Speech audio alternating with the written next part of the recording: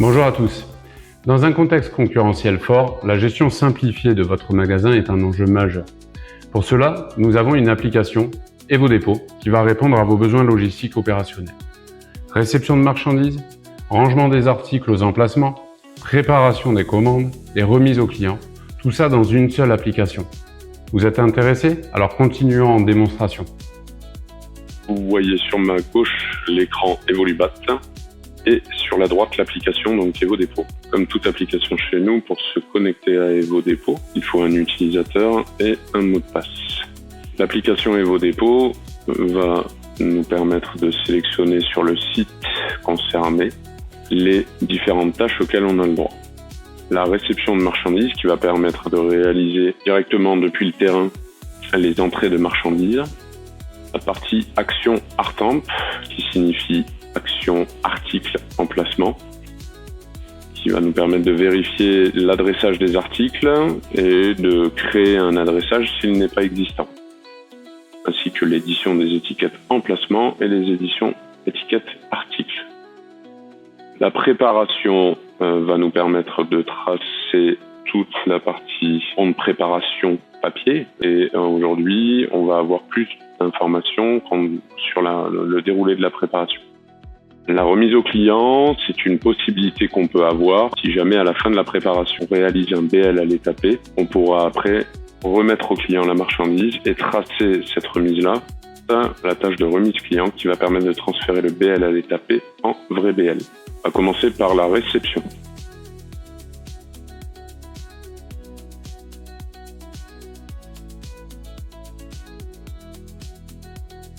On commence par sélectionner une commande fournisseur. Là, j'ai deux possibilités. Soit c'est une commande fournisseur normale, vrai fournisseur, soit c'est une commande interdépôt. Dans notre cas, c'est une commande d'un vrai fournisseur. Je saisis le numéro de la commande fournisseur qui est généralement inscrit sur le BL que vous recevez en livraison. Automatiquement, il me la retrouve. À moi désormais de saisir le numéro du BL, puis de pouvoir commencer la réception.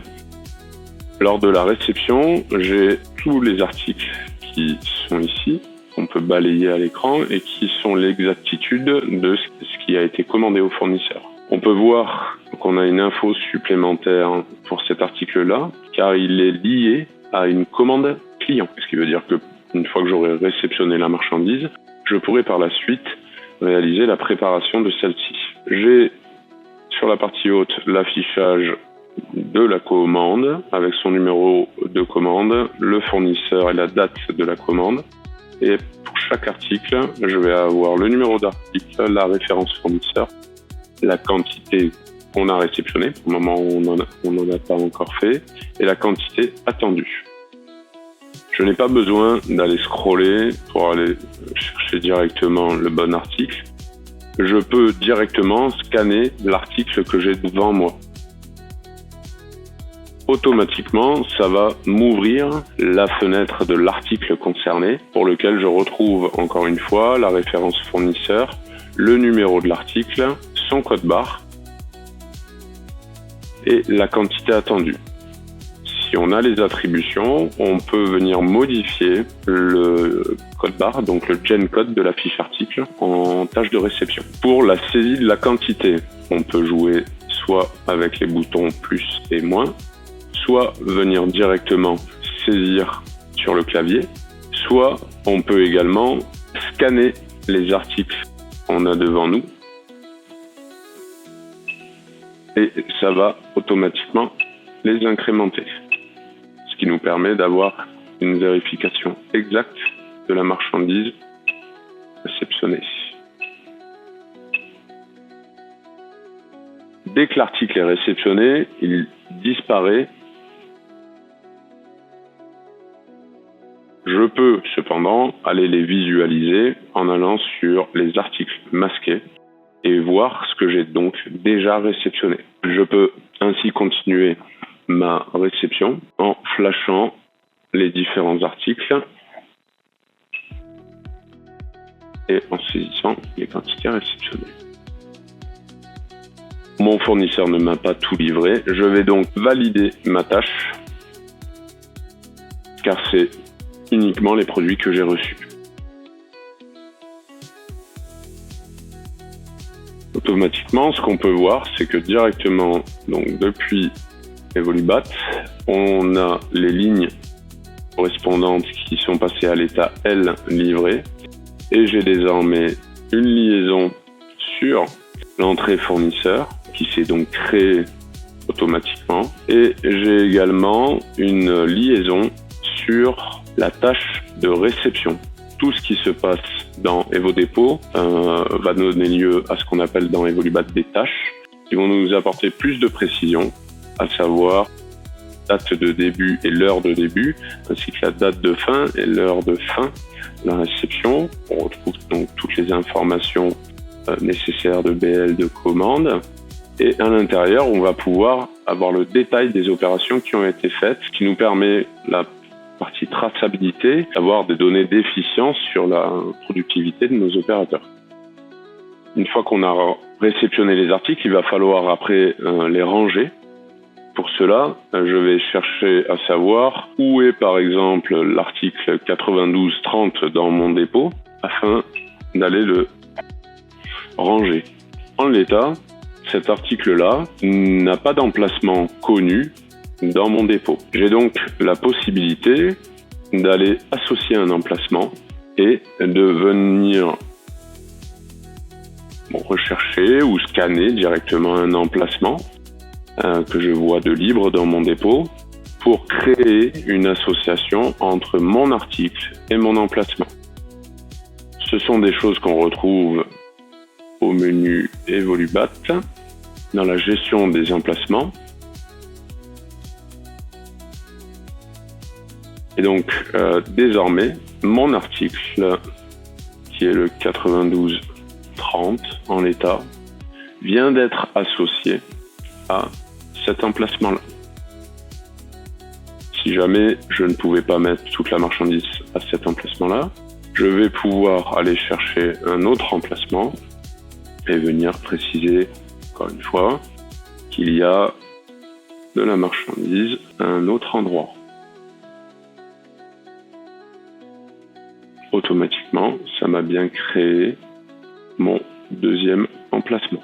Si, au fur et à mesure du temps, je souhaite toujours, depuis la tâche Action Artemp, contrôler l'adressage de mes articles au sein de mon dépôt, je peux, de la même manière en Action Artemp, scanner un article ou scanner un emplacement et, du coup, si je n'ai plus la présence de cet article-là à cet emplacement, venir dissocier un emplacement. À partir de ce module-là, donc on peut également imprimer des étiquettes articles, imprimer des étiquettes emplacement, et si on a donné les habilitations à certains utilisateurs, modifier ou pas le GenCode d'un article. On va désormais passer à l'étape de préparation. Je vais aller rechercher une commande qui serait à préparer. Il faut d'abord ajouter une commande. On voit toutes les commandes de notre dépôt, ou on peut avoir également uniquement les commandes qui me sont affectées. Ça va se gérer au niveau d'une possibilité d'affectation de la marchandise, pour lequel je retrouve ici une commande qui est à préparer, pour lequel je vais pouvoir l'affecter à un magasinier, chercher le magasinier à qui je souhaite l'affecter, et donc automatiquement en préparation,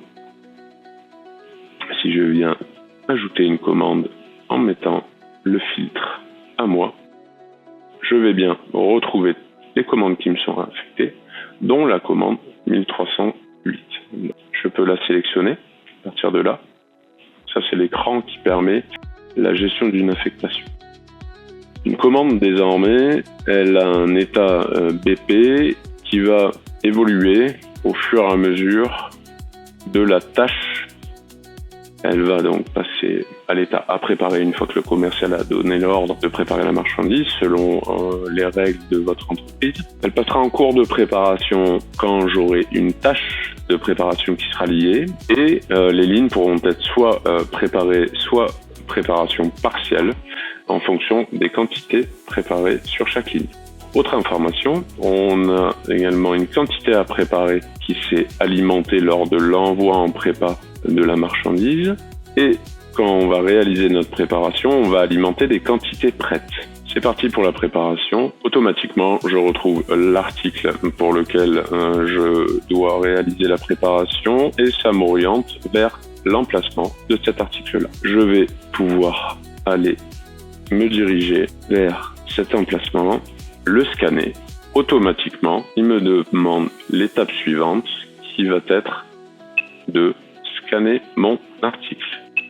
On peut voir qu'à chaque scan, automatiquement, les zones sont passées en verte comme validées et l'affichage est directement descendu sur la prochaine opération à réaliser. Désormais, j'ai scanné mon emplacement, mon article. Je peux prendre la marchandise que souhaite le client, à savoir que la quantité par défaut qui est mise pour éviter une perte de temps de la part du préparateur et une ressaisie systématique va être la quantité envoyée en préparation. À nous de venir la modifier si jamais on ne pourrait pas prendre toute la marchandise parce qu'il y aurait une erreur de stock. En l'état, je vais valider la préparation. Il est possible de mettre un paramétrage où chaque opération, on va demander s'il reste encore stock de cet article-là à l'emplacement ou pas, afin de garder le lien entre l'article et l'emplacement. Automatiquement, ça nous envoie à l'adresse suivante. Donc, je me dirige vers l'emplacement concerné. Je scanne mon emplacement.